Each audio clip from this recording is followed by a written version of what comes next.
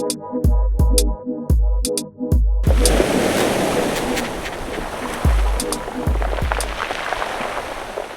Dr Bryce Dyer for SUPboarder, and this time I'm going to try and answer the question of what is the right race board for you.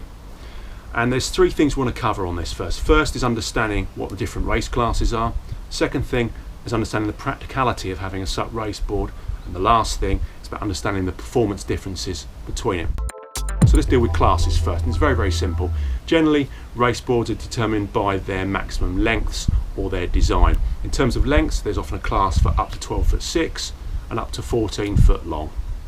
You've got the unlimited class, which is normally any board that is over 14 foot long or of a slightly quirky design that wouldn't allow it to fit within the rules of those other two classes. You've then got inflatables, which is pretty self-explanatory. You've then got surf shapes, which are often general purpose SUP racing boards or touring boards, often frequented by sort of novice paddlers trying their race for the first time. And lastly, we've got one design, which are boards whereby they're absolutely identical in terms of shape, size and design for all paddlers, thereby creating a level playing field, a bit like the Nash Nisco class. So let's talk about the practicality of your SUP race board choice first. The key thing is storage. So where are you going to keep this board and how are you going to transport it? And the type of board that you've got will be determined by where can you physically keep it. If you don't have a garage or you don't have the means to keep something as long as a 14-foot race board, then you should be looking potentially at inflatables or maybe a shorter board like a 12'6" or a surf shape. The next thing really is where you're actually going to be training and where you're going to be racing and marrying the two up. So if you train typically on rivers or reservoirs or lakes and you're racing on open water and oceans, then it's probably going to be wise to have a board that can accommodate both those kind of water states, and the opposite would be true if it was the other way round. Think about your long-term goals.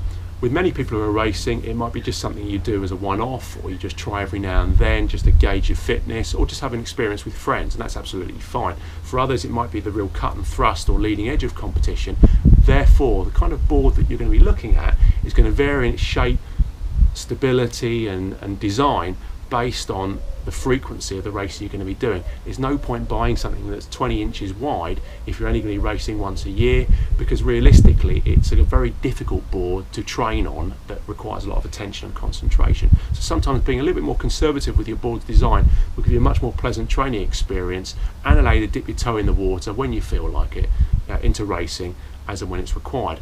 And the last thing is about resale and future-proofing what you've bought. Second-hand sports equipment is notorious for having very, very poor return when you sell it on second-hand after you've had enough of it, or you want to progress to something that's a little bit more aggressive or superior in terms of performance. To give you an idea, as far as SUP equipment goes, and boards in particular, you'll be very, very lucky if you make any more back than 50% of what you paid retail 12 months later down the line. So what you really need to be aware of is make sure that you buy the right brand or the right model that you know will then be able to be sold on when you think you'll be selling it on further down the line. If you choose a more obscure brand or a more obscure design, you're going to find it much harder to sell it, if at all, and also quite difficult to get any kind of financial return on it at all. So be very, very careful what you buy. Let's talk about the actual performance. First thing you want to be asking yourself is, do you want to have one design of board for all the variety of different kinds of races you might be doing, or do you want a one quiver board? A one quiver board is a board that can do it all. It's your typical all-water board. The alternative is whereby you split flat water boards, ocean boards and other kinds of boards, and you buy one of those each for the disciplines you have, but it takes up a lot of space in terms of storage and it is obviously expensive. The next thing is thinking about popularity of the race classes of where you're actually competing.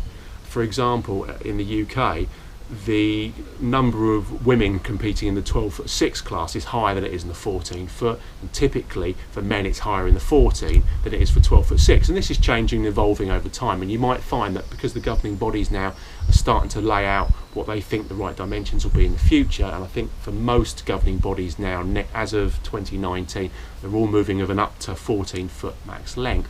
What you're going to find is that there's certain types of boards are more popular in your area or region than others, and it's worth looking at race results of the past or looking at footage on YouTube, get a bit of an idea of what other people are actually using. The next thing is actually being aware of your size and your actual body mass. When I'm working with athletes in a variety of sports, the important thing is really understand the athlete's pros, cons, limitations and their actual body size, not just looking around at what other athletes are actually using. You should tailor the equipment to the athlete, not the athlete to the equipment. And to give you an example of this, trends in SUP racing is changing. The actual width is actually coming down on boards year on year. I did a little bit of number crunching this earlier in the year, and in a couple of the top UK races, in the top 10 men for example, the race widths of their boards have been reducing by just under an inch a year for the last 4 years. So that shows you where the trend is going. It's also partly fueled by the fact that some brands are really tuning in very well how to create a narrower and narrower board, but with increasing or maintaining the levels of stability that wider boards had a few years ago. So this trend and shift is there in place. Buy a board that's too narrow and it's going to be a bit of a struggle for you, but likewise buy a board that's too wide and you won't be competitive. So again, it's about trying the right board for you, but when it comes back to body mass, it's about making sure it's got the right volume. If you choose a board that's too low in volume, then it won't give the buoyancy or flotation or the behaviour in a little bit of chop that you require, and it will drag and it will feel slow. So if you're a bigger paddler, so someone like me for example, I'm 88 kilos and 6'3", I need a 14 foot, or I need the biggest board possible really, that's got the maximum amount of volume for a given width, and it's this trade-off between width and volume that I personally play with to make sure I can get the most from a board. The key thing here though is an old saying that's been used a lot in kayaking, and that is stability before ability. So making sure that you can get full power down, I think, is more important than making sure you go for the fastest possible board that you can lay your hands on. And there's too many of us, me included, that have bought boards in the past that were just a little bit too advanced, and as a result you spend a lot of time doing bracing strokes, you can't get full power out, and it's not worth it. So sometimes choosing a board that might be an inch or two wider than everyone else's is no bad thing if you can paddle the thing at 100%, and that's important and key. Balancing that though is obviously your long-term progression. Buying a board that's too safe now will mean in 6 months time you might be bored with it, or you're limiting your own performance because the board could get more speed and you could handle a more aggressive or a slightly tippier board. So when you're demoing, it's always worth trying a couple of sizes of the same board design just to see where the tipping point is before it's slightly too much or slightly too safe. And that's really basically it.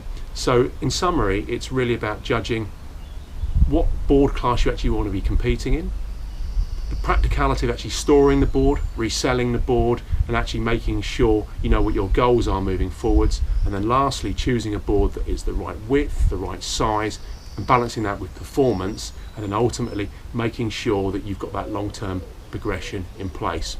So think about that when you're buying your next race board, and hopefully it will yield great returns during your race season.